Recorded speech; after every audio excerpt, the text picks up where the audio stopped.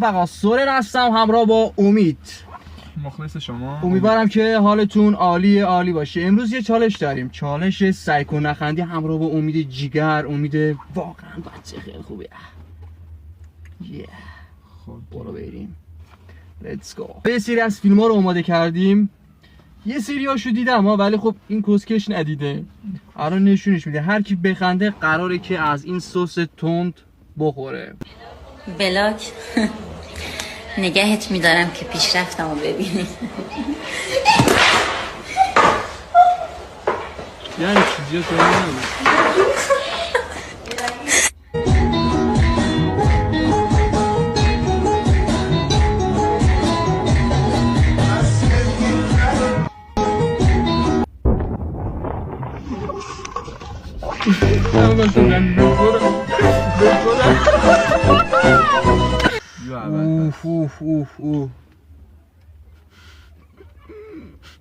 تو رو خدا کمی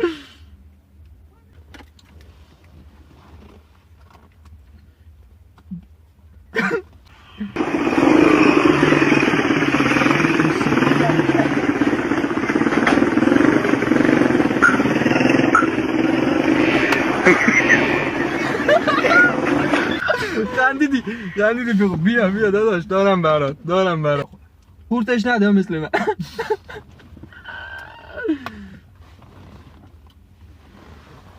خب بریم بعدی.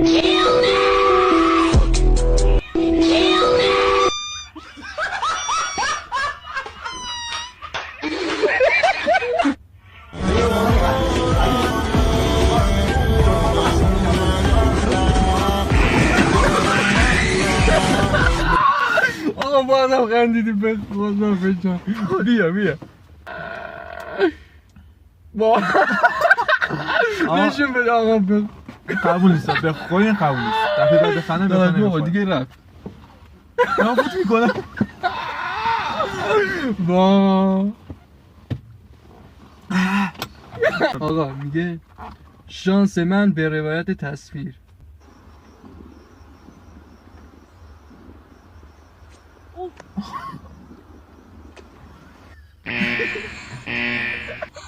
خدا بس دیگه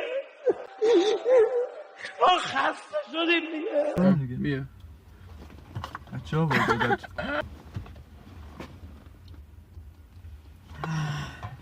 خوب بود داداش.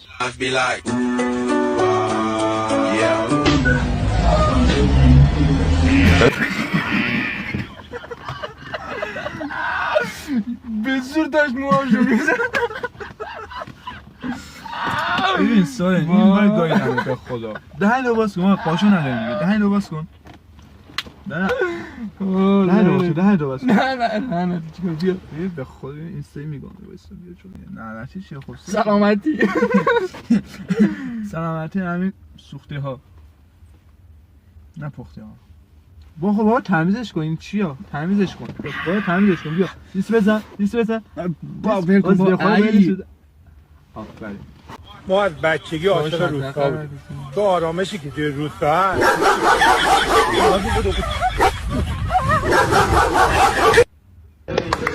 این بار میزن. ایوه ما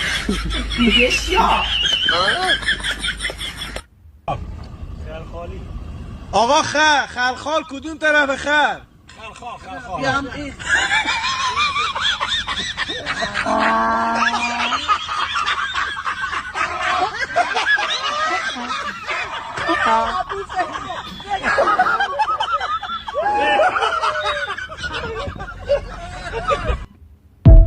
بریم بعد ایزیه جالب نبود.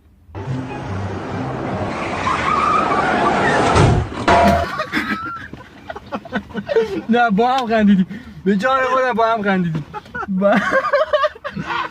دوستان شما خود نظری کدوم میشه نه با هم خندیدیم. نه به جان خودم با هم خندیدیم.